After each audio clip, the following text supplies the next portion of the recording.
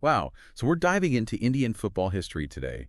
And, when I first saw these sources, I was really struck by just how much there is to discover. Yeah, it's way more than just like scores and famous players. Right. Right. Like, I had no idea just how deep it all goes. Yeah. We're talking decades of stories, rivalries that kind of spilled off the field into the culture in these like larger-than-life personalities. It's a really fascinating journey. Yeah. And it like mirrors India's own history. Yeah. Going through colonialism and then independence and into like the modern era. Yeah, it's not just a game, right? No. Football, especially in India, it's like it reflects the nation's struggles, its triumphs, and its evolving identity. Okay, so let's get into it. Our sources start with Nagendra Prasad Sarbadikari in 1877.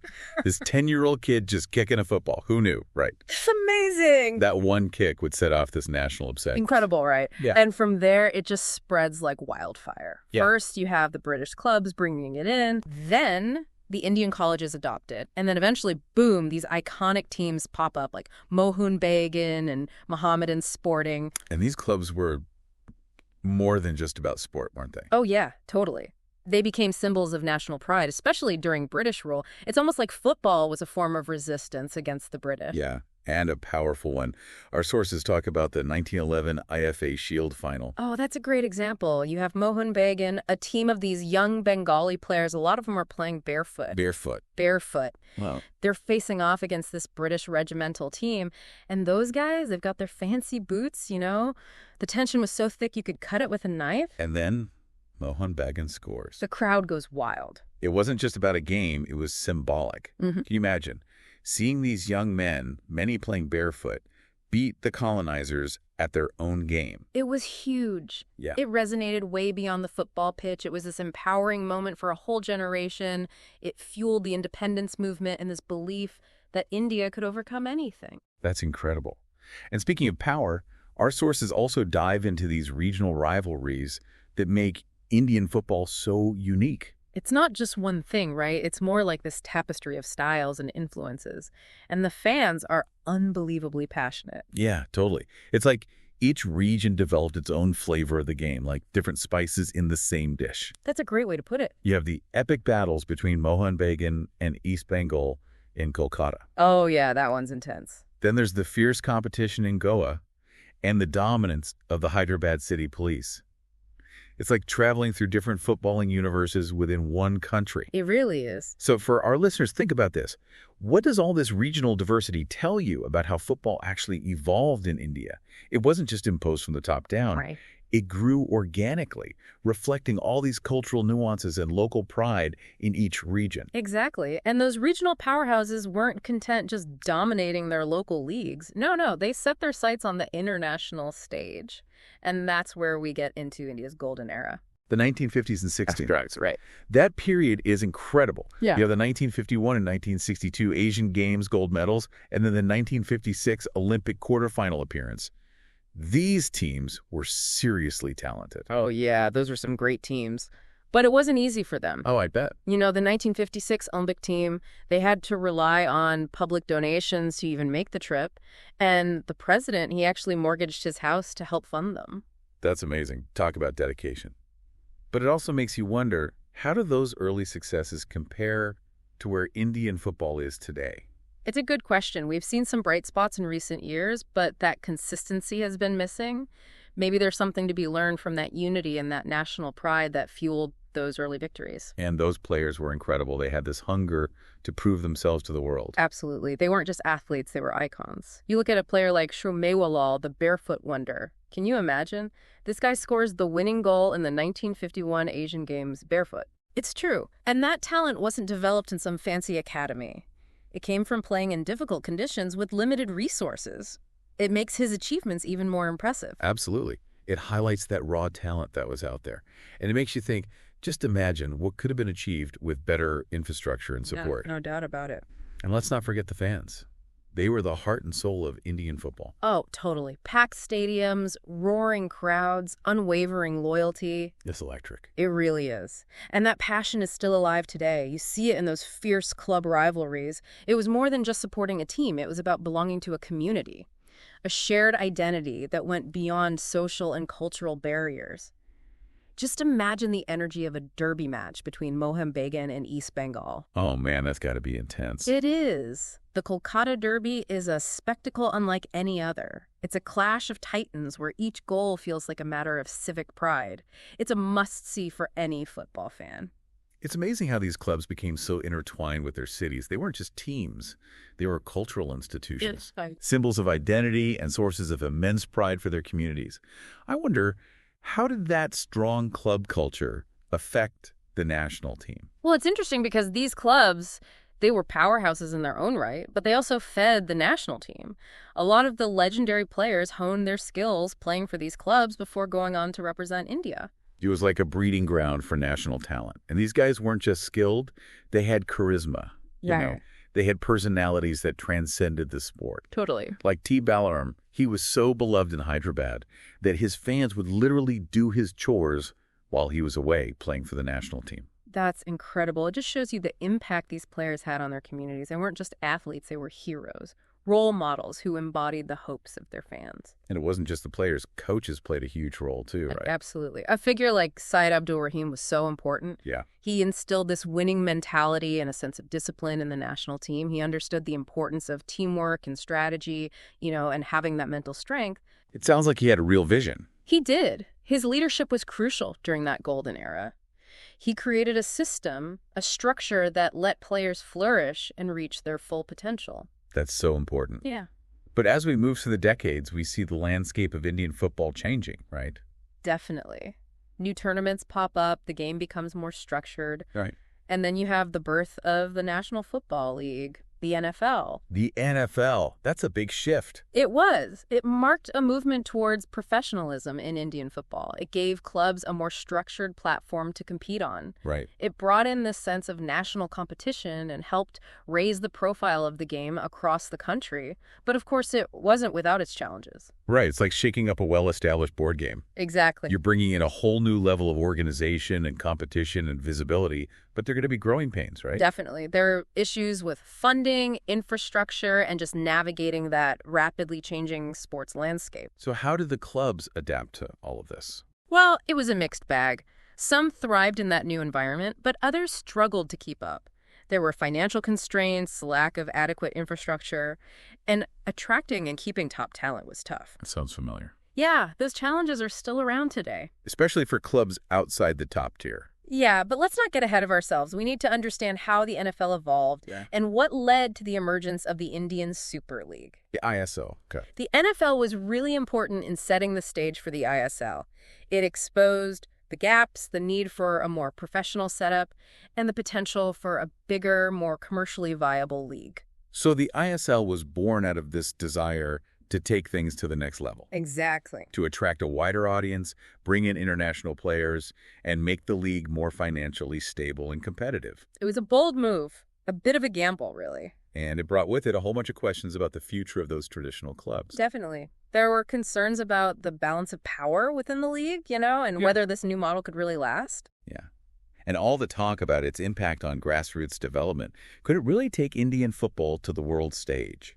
It was a complicated picture, full of contradictions and challenges. So you have that allure of a modern, commercially successful league. Yeah. But on the other hand, you have concerns about the traditional clubs being left behind. Exactly. And the risk of neglecting that grassroots foundation of the sport. So that's the dilemma Indian football is still dealing with today, right? Absolutely. How do you balance the desire for a global league with the need to preserve the history and the culture, the soul of Indian football?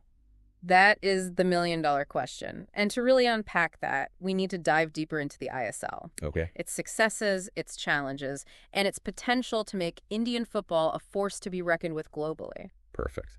That sounds like a great place to pick up in the next part of our deep dive. We've covered so much already, from barefoot pioneers to the birth of a modern professional league. Indian football has come a long way, but the journey isn't over yet. Definitely not. And in the next part, we'll explore that ISL journey, the highs, the lows, and what it all means for the future of the sport in India. So we left off talking about the Indian Super League and, that tension between the old and the new. How did this new league, this ISL, actually impact the football that was already there? Well, think of it like this, You have this neighborhood, right? It's been around forever, has its own rhythm, its own way of doing things. Then suddenly, bam, this shiny new complex pops up. It's all flashy and everyone's looking at it and it starts to change the whole vibe of the area. That's kind of what happened with the ISL. Okay, I get it. It brought money and global attention and this whole professional approach. But the traditional clubs, they aren't so sure about it. Yeah, like they were worried the ISL would just overshadow everything that came before it. Did that happen? To an extent, yeah. The ISL had a lot of money, right? So they could afford to get the best players, Indian players, international players. Everyone wanted to be a part of it. And for the traditional clubs, it was hard to keep up. They were worried about getting left behind, you know. These clubs that have been around for decades, they're deeply rooted in their communities. What happens to them? It was a tough situation. Yeah. On the one hand, you have all this positive change. But on the other, you have these new challenges. Exactly. Did the traditional clubs, did they speak up about this? Oh, yeah, they did. There were big debates, lots of discussions, even some friction as they tried to figure out where they fit in. Their argument was that the ISL needed to find a way to work with the existing leagues. Okay, yeah. Maybe a promotion relegation system so there's more competition and teams can move between the two. That seems fair. Did the ISL listen? It took a while, but yeah, eventually things started to shift towards a more collaborative approach. Good. The ISL, they realized how important those traditional clubs were, you know. Those clubs are part of the fabric of Indian football. Yeah. They started doing things to bridge the gap, like giving some clubs financial help. Okay. And even talking about maybe having a unified league structure down the line. And actually, they even brought some traditional clubs into the ISL. So things started to move in a better direction. They did. And that was really important. It's like you can't just build a new house and ignore the foundation that's already there. Right. You have to find a way to integrate the old and the new. Make something that's modern but still respects the past. That's a great way to put it. Yeah. But let's not forget, Indian football's up against a giant, right? Mm-hmm. Cricket is everywhere. That's true. It's a cricket crazy nation. So how did the ISL deal with that? Well, they knew they couldn't compete with cricket head-on, so they tried something different. They focused on entertainment, making it visually appealing, bringing in international stars, and targeting a younger, more urban crowd. Okay, yeah. It was like, okay, this generation grew up on cricket. How do we get them excited about football? Did it work? It did, to a certain extent. They brought in new fans, people who were drawn to that faster, more glamorous style of play, big names, social media buzz, you know. They presented themselves as this modern, aspirational brand. So they found a way to tap into a whole new market. Yeah, they carved out their own space in the Indian sporting landscape. That's really interesting. But what about the traditional fans, the people who've been following Indian football for years? Did this buy into it? It was a mixed bag. Some of them loved it. They liked the investment, the higher quality of play, the fact that the world was paying attention. But others, they were hesitant. Yeah, I can see that. They were worried about losing those traditional values that focus on flair and improvisation, you know, the Indian style of play. And then there's the financial gap between the ISL and everyone else. That's hard to ignore. It's like any big change. You're going to have people on both sides. Definitely. But ultimately, the ISL's success depended on finding that balance. Getting new fans without alienating the ones who've always been there. It's a delicate balance. It is. They had to recognize that Indian football is more than just a product, you know.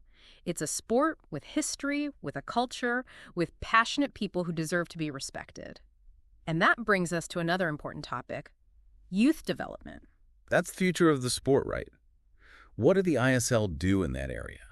They knew they had to build a strong foundation, so they started investing in youth academies, partnering with international clubs, and creating opportunities for young players to train and compete at a higher level. Okay, good. So they understood that it wasn't just about putting on a show, it was about building something for the future. Did it work? Did they get results? It's still too early to say for sure. Yeah. We're starting to see more young Indian players breaking into the ISL teams, getting experience. Some are even attracting attention from overseas. Mm-hmm. But the real test is what happens over the next 5, 10, 20 years.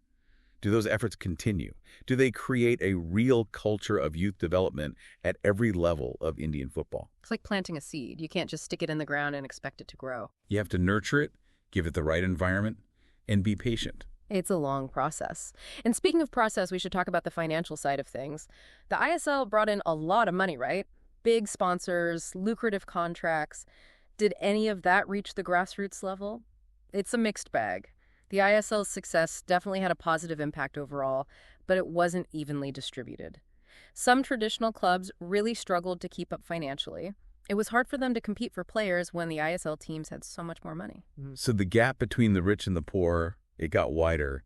How did the ISL address that? They realized that a healthy league needs balance, a level playing field where everyone has a chance. So they started implementing things like a salary cap to stop teams from overspending. Right. And they provided financial assistance to clubs that were struggling. And then there were revenue sharing models so the money would be distributed more fairly. Sounds like they were trying to make sure everyone benefited. They were making an effort. But was it enough? It was a step in the right direction, but that financial gap is still a big problem. Finding a way for all the clubs to be successful financially and competitively, that's the key. It's a complicated issue. It is. It needs a big picture approach, Everyone working together and being willing to invest, not just in the top tier, but in the grassroots, the infrastructure, developing young players. It's about building the whole system. But let's step back from the money for a second and talk about the game itself. Did the ISL change the way football is played in India? Oh, absolutely. Yeah. The ISL brought in a much faster, more tactical, more physically demanding style of play. You had foreign coaches and players coming in with new ideas, formations, training methods. It raised the bar for everyone. So it's a good thing. It was a wake-up call. Yeah. Indian players had to adapt, step up their game, think more strategically, and get used to that higher level of intensity. So it's a period of learning, of pushing boundaries. Exactly. It challenged the perception of what Indian football could be. And did you see how it affected the national team? Yeah, they've been playing better, haven't they? They have. They're more tactically aware, and they can hold their own against tougher opponents. Playing in the ISL gave those players a chance to compete against some of the best in the world, to learn from top-level coaches. So the ISL, even with all the controversy, it's actually had a positive impact. Definitely. It's raised the bar for Indian football, both domestically and internationally. But remember, football is more than just a game, right? It's a reflection of society, of culture, of values. Did the ISL have an impact there, too? Oh, that's interesting. It did. The ISL brought people together. You had new fans from all different backgrounds, all ages, from all over the country. Their marketing was all about inclusivity, sending the message that football is for everyone. Yeah, I've seen those ads.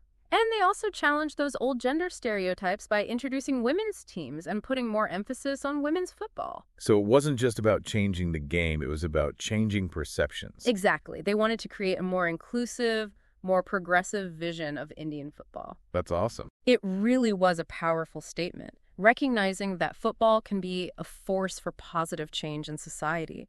And that's what makes the ISL so fascinating. It wasn't just about creating a league, it was about creating a culture, a community, bringing people together through their love of the game. It was about showing the world the talent and passion that exists in India. Wow. A platform where dreams can come true. It's a great story. It really is. It's about ambition, about overcoming challenges, about that belief in the power of sport to unite and inspire people. But it's important to acknowledge that not everyone was happy with the ISL. Oh, of course not. You can't make big changes without some people pushing back. Some people question their motives, They said it was more about money than passion, more about entertainment than the sport itself. Yeah, I can see that point of view. There were worries about what would happen to the traditional clubs if the business model was sustainable, and about young players being exploited. Those are valid concerns. They are. And it reminds us that progress isn't always a straight line.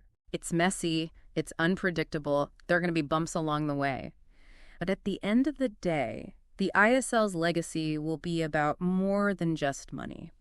It's about the impact it had on Indian football as a whole. Did it create a system where talent can thrive? Did it inspire a new generation? Did it make India a force on the world stage? That's what really matters. And those are the questions we'll be exploring in the final part of our deep dive. We've covered a lot, from barefoot football to a modern global league. We've seen the highs, the lows, the controversies, and that amazing passion that fuels the sport. It's a rich history. It is. And now it's time to look ahead. To the future. To see what the ISL has achieved, what it hasn't, and what the future holds for Indian football in a world that's constantly changing. Okay, so we've really gone deep into the history of Indian football, haven't we? We have. It's been quite a journey. From those early days to the modern game, the personalities, the fans, the struggles. And now it feels like it's time to look ahead. To the future, yeah.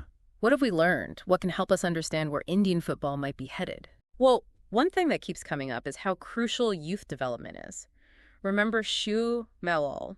The Barefoot Wonder, of course. He's a perfect example. Imagine how much more we could achieve if we had a system that finds and nurtures those kids from the start, instead of relying on these random bursts of brilliance. Yeah, like we've been waiting for these diamonds in the rough to just appear. Exactly. But if we want to be a real force globally, we need a steady stream of talent, skilled, well-trained players. And that means investment. Absolutely. And not just money, but infrastructure, good coaches, and a long-term plan. We need more academies, more programs for young kids, a clear path for them to move up the ranks. And it's not just about teaching them how to play, right? Oh, it's more than that. It's about that love for the game, discipline, that winning mentality. It's about creating a culture where those young players are encouraged to push themselves and reach their potential. It's laying the foundation for the future of Indian football. So has the ISL helped with that? Have they made a difference? They've definitely made some moves. They've pushed clubs to invest in youth academies. They're working with international clubs to learn from them. Right. And they've given young players more chances to train and play at a higher level.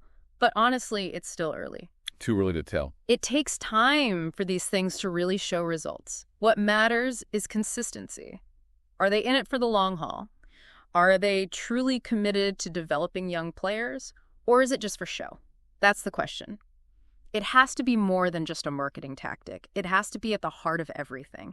Every talented kid, no matter where they come from, deserves a chance. It's like planting a seed, like you said. You have to give it time and the right conditions to grow. Exactly. But youth development isn't the whole story. We have to talk about the challenges those other clubs are facing, the ones outside the ISL. Right. They're struggling. They don't have the money, the facilities. It's hard for them to attract top players. And it creates this imbalance, Like the top teams are getting all the attention, and the rest are just trying to survive. And that's not good for the sport in the long run. We need to find a way to close that gap to make sure everyone has a chance to be successful. Maybe some of the money the ISL makes could be used to help those other clubs to support grassroots football. Makes sense. If you want the whole tree to grow strong, you got to make sure the roots are healthy. Exactly. But then there's the big issue, the one we can't ignore. Cricket. Wow. It's everywhere in India. How can football compete with that? It's a tough question. Cricket is so dominant, it affects everything. The media, the sponsors, even the dreams of young athletes.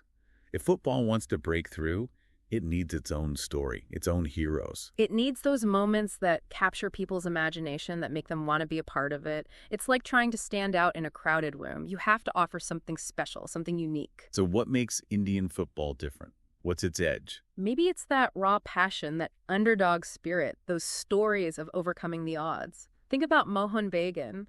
They faced so many challenges, but they brought people together, inspired generations. Yeah, there's a powerful history there. Maybe it's time to tap into that emotional connection. To show those human stories, the struggles, the triumphs. It's about making people proud of Indian football, making them feel like they belong, like they're part of something bigger than themselves, something that reflects their own hopes and dreams. It's about the power of sport to connect people, reminding them why they love the game. And then building on that, right? Exactly. Investing in the game, nurturing young talent, creating a league that's competitive and financially sound, and promoting football everywhere. It takes everyone working together, believing that Indian football can be one of the best in the world. It's a long road ahead, but it's worth it. And, after all this, I actually feel optimistic. It seems like Indian football is moving in the right direction. Like those seeds of greatness have been planted, and with the right care, they'll go into something truly special. I agree. We've seen the passion, the talent, that incredible determination. It's inspiring. It is. Now it's about learning from the past, seizing the opportunities that are out there, and building a future where Indian football takes its rightful place on the world stage. It's a story that's still being written. And for everyone listening, we hope this deep dive has given you a better understanding of Indian football. It's complex, it's challenging, but it's full of potential. Maybe you'll even be inspired to get involved. After all, every journey starts with a single step. And in football, that step often begins with the simple act of kicking a ball.